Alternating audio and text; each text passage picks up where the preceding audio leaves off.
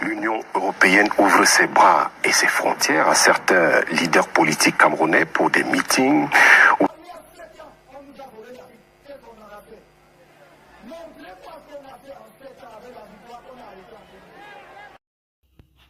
Bonjour. L'ambassadeur de l'Union européenne de passage sur le plateau d'actualité hebdo avec Oromia Le Tusse, Jean-Marc Boudéré, a eu à répondre des questions très chaudes, notamment pourquoi est-ce que la France a accepté le meeting de Maurice Kamto très récemment. Je vous ai dit que ça devait faire chaud au pays et voilà que ça continue. L'extrait ne dure qu'une dizaine de minutes. Je vous prie de suivre jusqu'à la fin. Elle est très intéressante vers la fin. À très bientôt.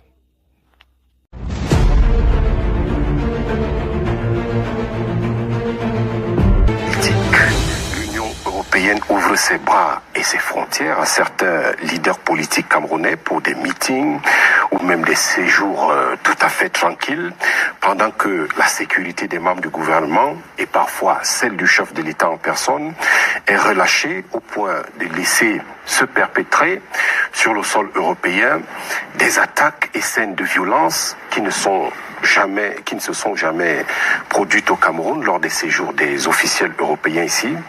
Est-ce que la question de la sécurité des officiels camerounais en séjour dans l'espace européen a déjà été formellement adressée à Bruxelles? À Bruxelles, Belgique, oui. À Bruxelles, Union européenne, non. Mais Union européenne. Bruxelles, Union européenne, non, parce que voilà, nous sommes dans un partenariat.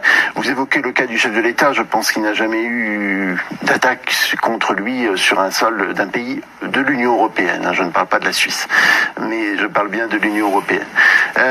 Non, mais bien sûr, les conditions En France, il n'a pas toujours eu des séjours paisibles. Les conditions de sécurité, en tout cas, sont toujours assurées au plus haut niveau pour ce qui concerne le chef de l'État et bien sûr les membres du gouvernement, quand ceux-ci informent officiellement de leur venue les autorités européennes. Je crois que la violence nulle part n'est acceptable, qu'on ne fait jamais passer un message par la violence, que ça dessert même la cause de ces gens qui parfois attaquent physiquement des responsables. Ça n'apporte rien. Ça dessert la cause des gens qui prétendent que ça les serve. Et donc je pense que quand vous avez un message à faire passer, c'est toujours par le dialogue, c'est toujours par la discussion, c'est toujours par la communication. L'Union européenne, quant à elle, elle respecte totalement, bien sûr, ses principes et assure bien sûr la sécurité des officiels camerounais. Je suppose que dans les interactions entre l'Union européenne et certains membres du gouvernement, vous connaissez très bien le ministre d'État, le professeur Jacques Famendou. Oui, bien sûr. Savez-vous qu'il est également une autorité traditionnelle?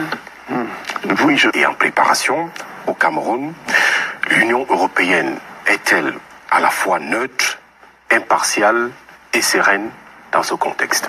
Écoutez, vous avez parfaitement résumé ce que nous sommes. Neutres, impartiaux et sereins. Bon, je crois que le Cameroun a une longue expérience électorale, d'organisation des élections. Il va y avoir ces élections présidentielles, mais il ne faut pas oublier d'autres élections qui sont très importantes, qui vont suivre. Bien sûr, les élections des députés, les élections régionales. Voilà, il y a une série d'un certain nombre d'échéances très, très importantes. On est un petit peu parfois trop focalisé, même en Europe, sur l'élection présidentielle. Parce que c'est la mère des batailles. Mais on oublie parfois que aussi beaucoup de choses se jouent au niveau local et que des élections régionales, des élections municipales, les élections des députés sont aussi des moments très importants pour la construction d'une démocratie. Moi, je crois que la construction d'une démocratie, c'est bien sûr l'élection d'un président. Et c'est essentiel que ça se passe bien, mais c'est aussi l'élection d'opposants, par exemple comme députés ou comme sénateurs, ou même certains opposants qui peuvent avoir la responsabilité de certaines villes. Et c'est là qu'on apprend le jeu aussi démocratique, le respect mutuel. Je repose ma question autrement.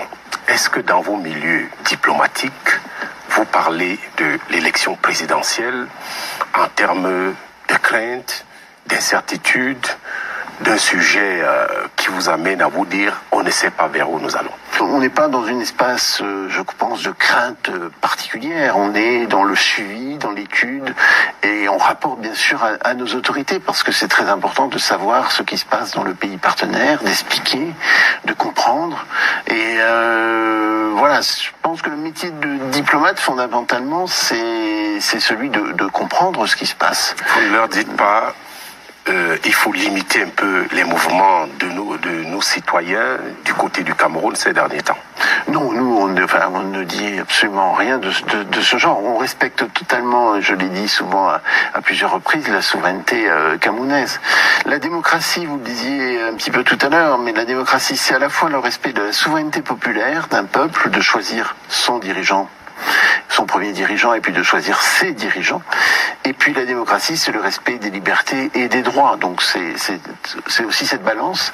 Ça, c'est pour le côté officiel, Jean-Marc Chataignier, mais pour le côté non officiel, qui cache souvent des tractations et parfois des logiques et dynamiques plus compliquées encore, est-ce qu'il n'y a pas, disons, un candidat, un opposant que vous chouchoutez et que vous préparez secrètement? Ah, ça, je ne tracte pas, en fait. Je n'ai jamais fait de tractage de ma vie. Non, on n'est pas du tout dans ce type de... Quand je dis vous, c'est-à-dire l'Union européenne. Non, même l'ambassadeur de l'Union européenne représente totalement l'Union européenne. Et ce que je vous dis, il y a un peuple qui choisit librement son dirigeant. Il faut des élections comme en Europe, parce que nous aussi, nous avons nos soucis en Europe. Je ne sais pas si vous suivez l'actualité européenne, mais par exemple, il y a eu beaucoup de difficultés sur les récentes élections en Roumanie. Nous suivons l'actualité du monde. L'actualité du monde. Mais en Roumanie, il y a eu des grosses difficultés. Il y a eu même une invalidation de candidatures. Il y a eu des interférences des Russes dans ces élections roumaines. Et voilà. Et donc, chez nous, on souhaite bien sûr avoir ce qu'on appelle des élections libres, équitables, transparentes, inclusives. Et c'est ce qu'on souhaite aussi, et on émet le vœu aussi pour nos pays partenaires, mais sans ingérence ni indifférence. Je termine par vous-même, Jean-Marc Chataignier, un bon natif de Granville, cette commune particulièrement animée de la Normandie, notamment par son historique festival. Est-ce que donc, un bon natif d'une ville comme celle-là, où il fait bon vivre, vous avez déjà aussi vos points chauds à Yaoundé ou ailleurs, au Cameroun, où vous sortez pour boire un verre, où vous amusez un peu, loin, disons, du sérieux, presque austère des salons diplomatiques? Oui, n'exagérons pas le sérieux austère des salons diplomatiques. Non, mais c'est amusant que vous citiez Granville, parce que c'est une très belle petite ville normande, côtière. Donc ville côtière, voilà, je dois vous dire que tout de suite j'ai quand même un peu de sympathie pour les villes côtières camerounaises. Et évidemment, une ville qui me plaît beaucoup, c'est Kribi.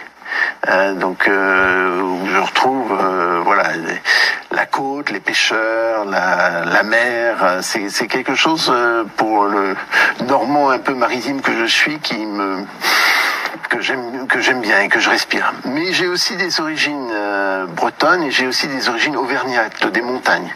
Donc je voudrais vous dire aussi que j'aime beaucoup aller dans l'ouest, et j'aime beaucoup aller à Bafoussam, à Fumban, à Tchang, une ville d'altitude. Pour la qualité du paysage, de la montagne, de l'air.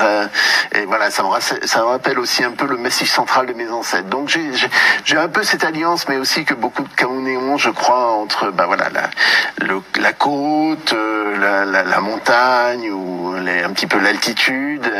Voilà, et je retrouve au Cameroun cette ambiance qui me plaît beaucoup. Alors par ailleurs, oui, j'ai peut-être un peu dépassé l'âge des boîtes de nuit, donc je suis peut-être pas aussi fan des lieux très très très très chauds de Yaoundé ou de Douala, mais en tout cas je crois pas que beaucoup de gens m'y ont vu.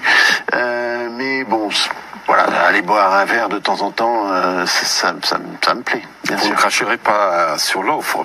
Non, peut-être sur les boîtes de nuit pas forcément, mais voilà, sur les lieux calmes, avec une musique douce, oui, ça j'apprécie.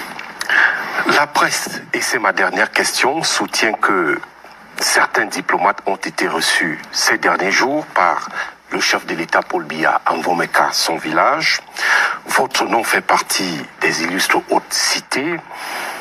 Dites-nous, Jean-Marc Châtaignier, est-ce que ces informations-là sont vraies? Et si c'est le cas, de quoi avez-vous parlé avec le président de la République ces jours-ci? Écoutez, pour moi, ça aurait été effectivement un immense honneur d'être reçu par lui. Malheureusement, je ne dois vous démentir ces informations.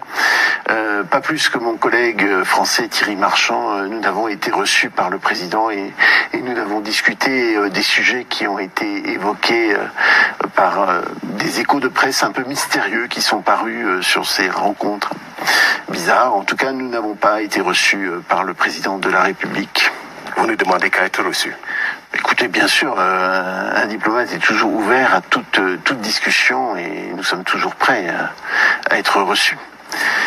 Je voulais, avant peut-être que nous nous séparions, vous remettre un petit livre qui porte sur les 50 ans de la délégation de l'Union européenne au Cameroun. Ce sera avec plaisir. Un partenariat stratégique avec le Cameroun. Donc Romuald, c'est un plaisir pour moi de vous remettre ce petit ouvrage qui illustre très concrètement et avec des photos, des illustrations, des images, vraiment ce que nous avons fait pour le Cameroun et ce que nous souhaitons faire avec les Camerounais, pour les Camerounais au Cameroun. Une manière de brevière donc des 50 dernières années de coopération entre le Cameroun et l'Union européenne. Et voilà, et il nous reste à écrire, vous l'avez dit tout à l'heure, un petit peu les pages à venir, évidemment. Donc les 50 ans à venir. En tout cas, je reçois déjà ces pages qui consignent le passé, en attendant celles qui vont porter sur l'avenir. Merci infiniment de l'offre et de la lecture. Jean-Marc Châtaignier, ambassadeur de l'Union européenne au Cameroun et pour la Guinée équatoriale, merci d'être venu à Actualité Hebdo. Merci beaucoup. Mesdames et messieurs, tout passe